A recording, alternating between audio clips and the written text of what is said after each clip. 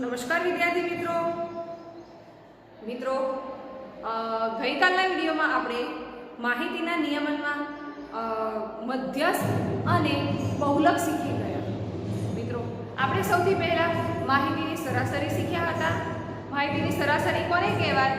તો બધા જ અવલોકનોના સરવાળાને અવલોકનોની સંખ્યા વડે ભાગો તો એને આપણે માહિતીની સરાસરી કહીએ છીએ અથવા એને મધ્યક પણ કહીએ છીએ।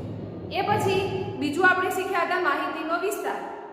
તો માહિતીનો વિસ્તાર કોને કહે છે? સૌથી મોટું અવલોકન જે હોય એને માહિતીનો વિસ્તાર કહે છે। એ પછી ગઈકાલના વિડીયોમાં આપણે શીખ્યા હતા કે માહિતીનો બહુલક। તો એ આપણે કોને કહેતા હતા કે સૌથી વધારે વાર રિપીટ થતું ફરી ફરીને આવતું જે અવલોકન હોય એને આપણે માહિતીનો બહુલક કહીએ છીએ। 2, 4, 6 વાર કેટલા વાર આવ્યું છે એ અવલોકનને, એ સંખ્યાને નહીં, એ અવલોકનને આપણે માહિતીનો એ પછી આપણે માહિતીનો મધ્યસ્થ શીખ્યા। માહિતીનો મધ્યસ્થ શીખવા માટે આપણે સૌથી પહેલા કોઈ પણ અવલોકનો આપ્યા હોય તો એને ચડતા ક્રમમાં લખીશું અને એને મધ્યમાં આવેલું જે અવલોકન હોય એક્ઝેક્ટ વચ્ચે આવેલા અવલોકનને આપણે માહિતીનો મધ્યસ્થ કહ્યું હતું। અત્યાર સુધીનું આપણે આ પ્રકરણમાં આટલું શીખી ચૂક્યા છીએ। મિત્રો હવે આજના વિડીયોમાં આપણે લંબ આલેખ કોને કહેવાય એની માહિતી મેળવીશું। તો આલેખ આપણે ભૂતકાળમાં છઠ્ઠા ધોરણમાં પણ ભણી ચૂક્યા છીએ। આલેખ દોરવામાં આવે છે, તમારી પાસે આલેખ પત્ર મંગાવવામાં આવે છે ને આ રીતનું કંઈક ચેક્સ લીટીઓ વાળું કાગળ આપવામાં આવે છે તમને, હા, જેને આપણે આલેખ પત્ર કહીએ છીએ। આ આલેખ પત્ર ઉપર આપણે આલેખ દોરી શકીએ છીએ। તો આ આલેખ અને લંબ આલેખ શું છે? તો વાત કરીએ કે આલેખ શું છે? તો આજે માહિતી આવી હોય ને આ પ્રકારની આપણને અવલોકનોની માહિતી જે આપી હોય છે એ માહિતીની ચિત્રાત્મક રજૂઆત, ચિત્ર સ્વરૂપે, કે તમને કોઈ કોષ્ટક ના આપ્યું હોય, કોઈ અંક ના લખ્યા, ફક્ત ચિત્ર દોરીને આપ્યું હોય તો એના ઉપરથી પણ તમે એ માહિતી વિશેની ઘણી બધી જાણકારી મેળવી શકો। એવી રજૂઆત એટલે આલેખ કહેવામાં આવે છે। ઘણી જુદી જુદી રીતે હોય છે। વર્તુળના ભાગ સ્વરૂપે હોય છે, ત્રિકોણના ભાગ સ્વરૂપે હોય છે, લંબ સ્વરૂપે હોય છે। તો મિત્રો એમાંની આપણે લંબ આલેખનો ઉપયોગ સૌથી વધુ કરીએ છીએ। પાયચાર્ટ સ્વરૂપે હોય છે તો આપણે એ લંબ સ્વરૂપે એટલે કે ઊભી રેખા સ્વરૂપે દર્શાવીએ છીએ, એટલે આપણે એને લંબ આલેખ તરીકે ઓળખીએ છીએ। હવે લંબ આલેખ દોરવો છે તો હું એ માહિતીને કેવી રીતે લખીશ અને એનો લંબ આલેખ દોરવા માટે કઈ કઈ વિગતો ધ્યાનમાં રાખીશ એ એક આલેખ દોર્યા પછી જ આપણને ખ્યાલ આવે। તો એના માટે આપણે સ્વાધ્યાય 3.3 નો દાખલા નંબર 3 જેનો આલેખ દોરીને જોઈશું। ખૂબ જ સરળ છે। તો દરેક મિત્રોએ ચોપડીમાંથી રકમ વાંચવાની।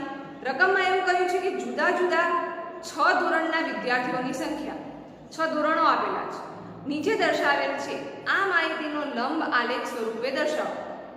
અહીંયા ધોરણ લખેલું છે 5, 6, 7, 8, 9 ને 10। દરેક ધોરણના વિદ્યાર્થીઓ કેટલા છે કુલ? 5મામાં 135, છઠ્ઠામાં 120, 7મામાં 95, એમ બધાની સંખ્યા આપેલી છે અને લંબ આલેખ દોરવાનું કહ્યું છે અને એના પછી એના ઉપરથી થોડા પ્રશ્નો પૂછ્યા છે। તો ચલો હવે આપણે આ માહિતીનો લંબ આલેખ દોરીએ। તો લંબ આલેખ દોરવા માટે સૌથી પહેલા શું કરવું પડશે? તમારા જોડે જે ગ્રાફ પેપર છે મિત્રો, અહીં હું બોર્ડમાં દોરું છું પરંતુ તમારે તમારા આ પ્રકારના આલેખ પત્ર ઉપર દોરવાનું રહેશે। તો આલેખ પત્ર ઉપર અહીંયા જે રીતે મેં એક ઊભી લીટી અને એક આડી લીટી દોરી છે એ રીતે આપણે બધા પણ ઊભી અને આડી લીટી દોરીશું। એમાં ઊભી લીટીને y લખીશું, y અક્ષ કહેવાય, અને આડી લીટીને x અક્ષ લખીશું। અહીંયા હું બોર્ડમાં દોરું છું, તમે જોઈ શકો છો। આને y અક્ષ લખીશું, જે આપણે ભૂતકાળમાં ધોરણ 6 માં પણ ભણી ચૂક્યા છીએ એટલે આપણને થોડી ઘણી ખબર જ છે। x અક્ષ લખીશું। હવે જે વચ્ચે જોડાણ છે એ ભાગને આપણે 0 વડે દર્શાવીશું।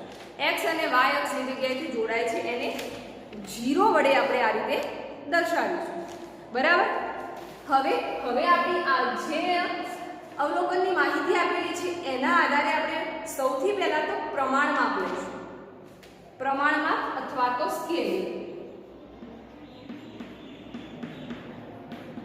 અથવા એને સ્કેલ તરીકે પણ ઓળખવામાં આવે છે. પ્રમાણમાપ કોને કહેવાય? તો જે પ્રમાણથી આપણે મોટી મોટી માહિતીને નાના સ્વરૂપે દર્શાવી શકીએ. આપણને એમ થાય 135, 120 કેટલી મોટી સંખ્યા છે, તો એના માટે મારે એટલું બધું લખવું પડશે? તો ના મિત્રો, આપણી પાસે તો નાનો કાગળ છે, તો એમાં હજારોની સંખ્યામાં ગમે તેટલી મોટી સંખ્યા હોય તો એને નાના સ્વરૂપે લખીએ. ઉદાહરણ તરીકે તમે ઘર કેવડું મોટું બનાવો છો, બનાવીએ છીએ ને, પણ એનો નકશો કેવડો હોય છે એ કાગળમાં જ હોય છે. તો કેવી રીતે? એ કાગળમાં એ ઘરના જે મોટા માપ છે ને, આપણી દિવાલોના જે મોટા મોટા માપ હશે એને ટૂંકાવી દેવામાં આવે છે, નાના નાના સેન્ટીમીટરોમાં ફેરવવામાં. એ કોની મદદથી ફેરવવામાં આવે છે? તો આ પ્રમાણમાં સ્કેલની મદદથી ફેરવવામાં આવે છે. તો સ્કેલ લેવું છે પ્રમાણમાં, તો 1 એકમનું આપણે લઈશું. આપણે 1 એકમનું લઈશું. કોને 1 એકમ કહેવાય? તો જે આપણા પાસે પેજ છે ને એમાં તમે જોજો, એક ઘાટી લીટી આવશે, પછી એના ઉપર 4 આછી લીટી ને પછી પાછી એક ઘાટી લીટી આવશે. તમારું આ રીતની અને આની અંદર 1 2 3 4 આ રીતનું તમારું પેજ આલેખપત્ર હશે. તો આ જે ઘાટી લીટી છે એના પછી ફરી ઘાટી લીટી આવે એટલે આ અંતરને આપણે 1 એકમ તરીકે ઓળખીએ છીએ. બરાબર? હવે આ 1 એકમમાં કેટલું લઈ શકાય? તો આપણી માહિતી જે આપી હોય એના આધારે આપણે નક્કી કરવાનું. ધારો કે મારી પાસે 135, 120, 95, 100, 90, 80 એવી સંખ્યાઓ છે, તો હું આને 10, 20, 30 એવું લખું તો ચાલે? 10, 20, 30, 40, 50, 60, 70, 80, 90, 100, 120, 130, 140. હા, એ રીતે પણ ચાલે. મિત્રો, મારી પાસે તો 10, 20, 30 એવું લખવાની પણ જગ્યા નથી. તમે એ લઈ શકો છો, પરંતુ મારી પાસે એ લખવાની પણ જગ્યા નથી. તો હું એનાથી પણ મોટું બ્રોડ માપ લઉં તો 1 એકમ બરાબર 20 લઉં તો અહીંયા હું 20 લખીશ. તો આ શું થયું? 20 એ આ વિદ્યાર્થીની સંખ્યા થઈ કે 1 એકમમાં 20 વિદ્યાર્થી હશે. તો મિત્રો, અહીં આપણે જે વસ્તુ આપી હોય સેન્ટીમીટર, વિદ્યાર્થી, કોઈની સંખ્યા, તો એ એકમ તરીકે પાછળ લખવી ખૂબ જરૂરી છે. એ પછી એ 20 દર્શાવે એનો મતલબ શું? કે 0 થી 20 ના જે 5 કાપા છે એમાં 20 સંખ્યા છે.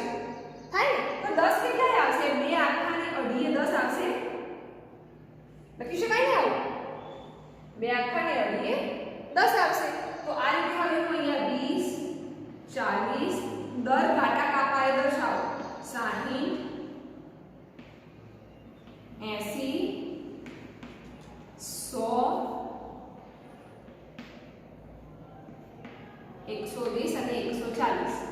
મારે જેટલી જરૂર છે એ પ્રમાણે હું અહીંયા દર્શાવું છું. બરાબર?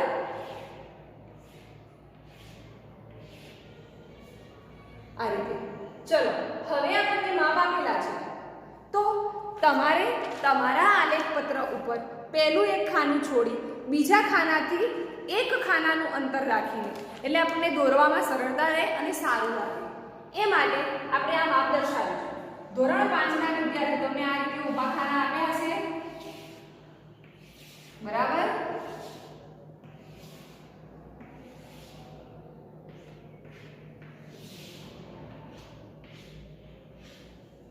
ચલો, હું અહીંયાથી ગણીશ, આટલેથી ધોરણ 5 ગણીશ. 5 ના વિદ્યાર્થી. બરાબર? કેટલા છે? 135. તો ક્યાં આવશે? આટલો આલેખ હું અહીંયાથી શરૂ કરું 120 અને આ વચ્ચે કેટલા હશે? 130 હશે ને? એટલે એ બંનેના વચ્ચે અઢી હશે, જે 2.5 સેન્ટીમીટરે 30 હશે, તો 135 એનાથી થોડા ઉપર એટલે કે આટલા સુધી હશે. તો હું એ આલેખને આ રીતે દર્શાવીશ.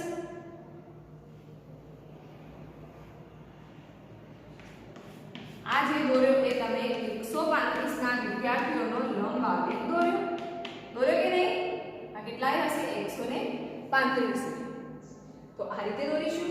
હવે ધોરણ 6 ના વિદ્યાર્થી એક લાઈન જવા દઈશું આપણે સારું લાગે એ માટે.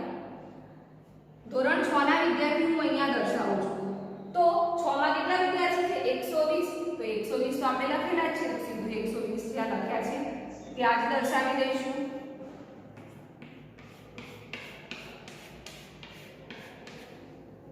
બરાબર. એ પછી ધોરણ 7 ના વિદ્યાર્થી જે હું અહીંયા દર્શાવીશ કેટલા છે? 95. તો 80 ને 100 એની વચ્ચે કેટલા હશે? અહીંયા 90 થી અડધો કાપો ઉપર જઈશું તો આપણને શું મળશે? અહીંયા 55 એટલે મળશે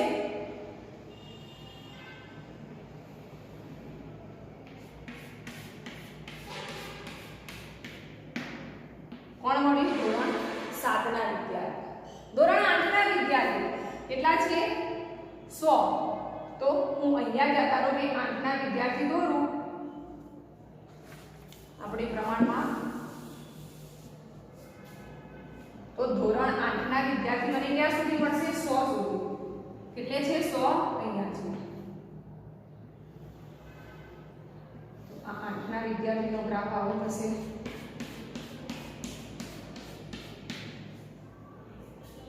બરાબર.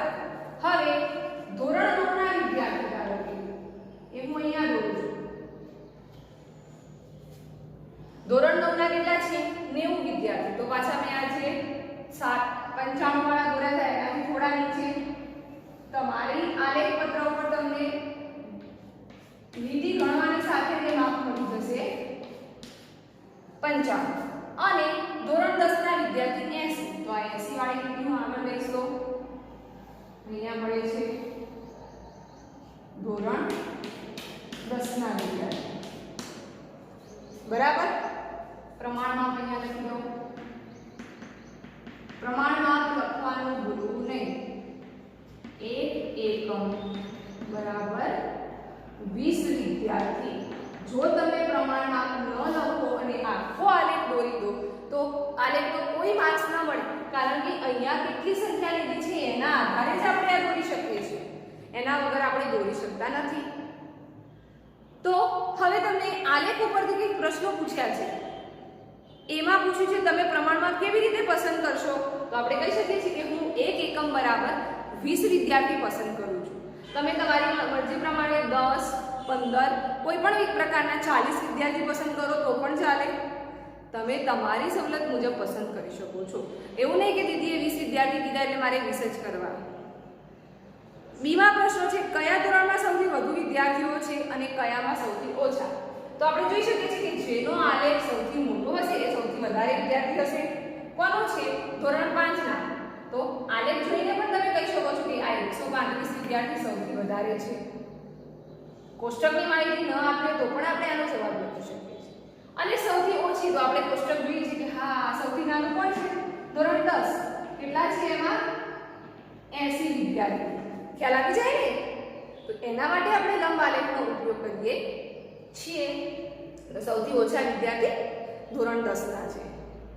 બીજો પ્રશ્ન છે કે ધોરણ 6 અને ધોરણ 8 ના વિદ્યાર્થીઓની સંખ્યાનો ગુણોત્તર શોધો.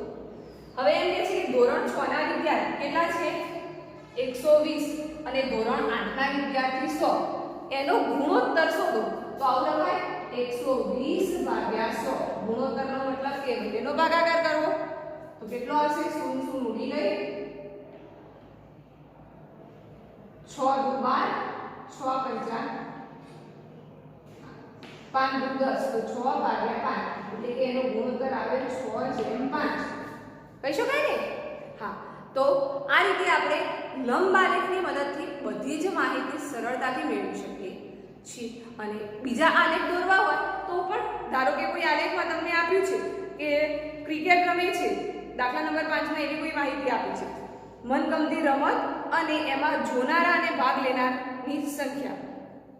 તો એ વખતે તમે મોટી મોટી રકમો આપી છે તો પ્રમાણમાં પણ આપણે 100 નું લઈશું, 1000 નું લઈશું, એ લઈ શકીએ છીએ. તો આના આધારે આપણે લંબ આલેખના બધા જ દાખલા જાતે કરીશું.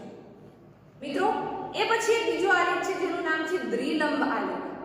એક પ્રકારનો લંબ આલેખ છે પણ દ્વિલંબ લખ્યું છે એનો મતલબ એવો છે કે આપણે કોઈ એક જ પ્રકારની માહિતી એક સાથે દર્શાવી છે. બે માહિતીને એક જ આલેખ ઉપર દર્શાવી છે. તો એ આપણે દ્વિલંબ આલેખ વડે દર્શાવી શકીએ છીએ।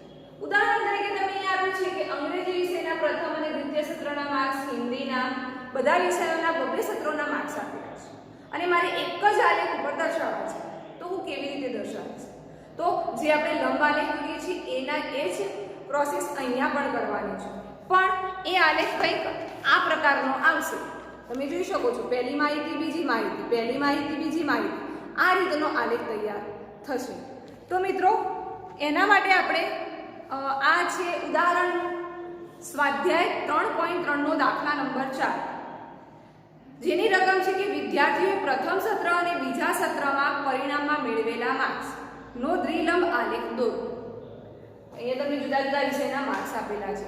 તો સૌથી પહેલા આલેખ પત્ર ઉપર આપણે શું કરીશું? x અક્ષ અને y અક્ષ તૈયાર કરી દઈશું, બરાબર?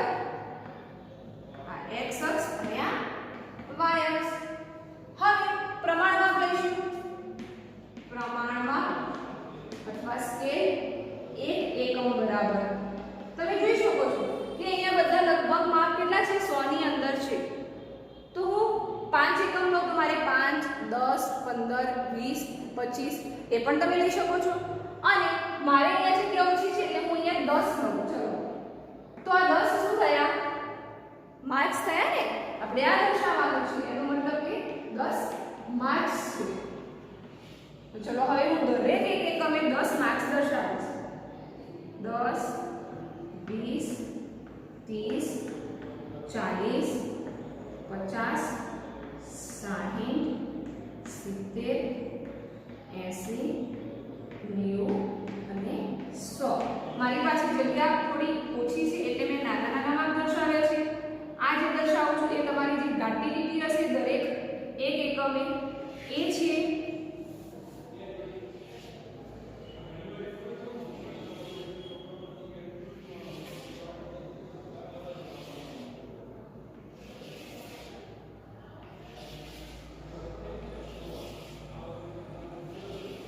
હું જે માપ દર્શાવીશ એ થોડા ઘણા અંદાજિત હશે, કારણ કે મારી પાસે આલેખ પત્ર નહીં, મેં બોર્ડમાં દોર્યું છે ને જો તમે આલેખ પત્ર ઉપર દોરશો એ પરફેક્ટ માપ સાથે દોરાશે, બરાબર? ચલો હવે આપણે અંગ્રેજી વિષયના બે માર્ક્સ એક સાથે દર્શાવીશું, એક છે 67 અને બીજું છે 70। ધારો કે હું આ ઊભી રેખાઓ છે એને થોડી એક જે એકમ છે એના બે ભાગ કરો, અથવા તો તમે બે એકમ પણ સાથે લઈ શકો છો, પરંતુ મારે અહીંયા સમય એવું નથી એટલે એના હું બે ભાગ કરીને દર્શાવીશ। આ બીજી, આ ત્રીજી। તમે અહીં આલેખ પત્ર પર મેં દર્શાવ્યું છે એ પ્રમાણે એક લીટી છોડ્યા પછી બીજાને આખાને એક એકમ તરીકે અને ત્રીજાને લઈ શકો છો, પછી એક છોડો, પછી બે છોડો દોરી શકો છો। મારે અહીંયા સમય એવું નથી એટલે હું એકમાં જ બે ભાગ કરી દઉં છું। હવે તમે અંગ્રેજી વિષય, ધારો કે મારે બંને સત્રના અંગ્રેજી વિષયના અંગ્રેજી દર્શાવવા છે, હું અહીંયાથી અડધું કરું છું, એક બાજુ પ્રથમ સત્ર અને એક બાજુ દ્વિતીય સત્ર, બરાબર? ચલો આ અંગ્રેજી વિષય છે, અંગ્રેજી વિષયના પહેલા સત્રના 67 માર્ક્સ છે, તો હવે આ 10 છે તો મારે બે કાપાએ એક માર્ક્સ હશે 60, પછી 62 હશે, 64 હશે, 66 હશે, હશે ને? તો ચલો હું અહીંયાથી આગળ વધીશ, કેટલાય જઈશ, એક્ઝેક્ટ વચ્ચે 65 આવશે, એનાથી ઉપર 66 અને 67 આટલા આવશે। તો ચલો હું આટલા સુધી 67 એ અંગ્રેજી વિષય દર્શાવું છું। હવે આપણે આ બે માહિતી અલગ પાડવી છે, પ્રથમ સત્ર અને દ્વિતીય સત્ર। તો તમે કંઈક આવું કરી શકો છો, પ્રથમ સત્રને ખાલી બોક્સ અને દ્વિતીય સત્રને લાઇનિંગ વાળું, એટલે સામેવાળો માણસ સમજી જાય કે આ પ્રથમ સત્રના માર્ક્સ છે અને આ બીજા સત્રના માર્ક્સ છે, બીજું સત્ર। નીચે આપણે ન લખીએ તો પણ આરામથી સમજી જાય। ચલો હવે બીજા સત્રમાં 70, એનો મતલબ કે આની જ લાઈનથી ઉપર લઈને અહીંયા હું 70 દર્શાવીશ, અને એમાં મેં જે પહેલામાં દર્શાવી છે આ તમે કોઈ પણ રીતે કંઈ પણ દર્શાવી શકો છો, કોઈ કાટકો કરે, કોઈ દોટ દર્શાવે તો ચાલે। તો મળી ગયું અંગ્રેજી વિષયનું કામ પૂરું। ચલો હવે હિન્દી વિષય, હિન્દી માટે અહીંયા લઉં છું। હિન્દીમાં શું છે, પહેલા 72 તો 70 ને 2 72 આટલા આવશે, ઓકે? ચલો આ 72 માર્ક્સ પ્રથમ સત્રના, દ્વિતીય સત્રના 65, તો 60 અને 70 ની વચ્ચે અર્ધમાં 65 આવશે, તો અહીંયા 65 દર્શાવીશ. મળી ગયા હિન્દીના માર્ક્સ. એવી જ રીતે ગણિતના માર્ક્સ 88, તો મારે 80 ને 90 ની ઉપર હશે. કેટલાય હશે? 90 થી 1 એકમ નીચે, તો અહીંયા હશે 88 માર્ક્સ ગણિતના. અને દ્વિતીય સત્રના 95, એટલે કે આ જ રેખાથી ઉપર જઈશું 100 અને 90 ની એક્ઝેક્ટ વચ્ચે 95.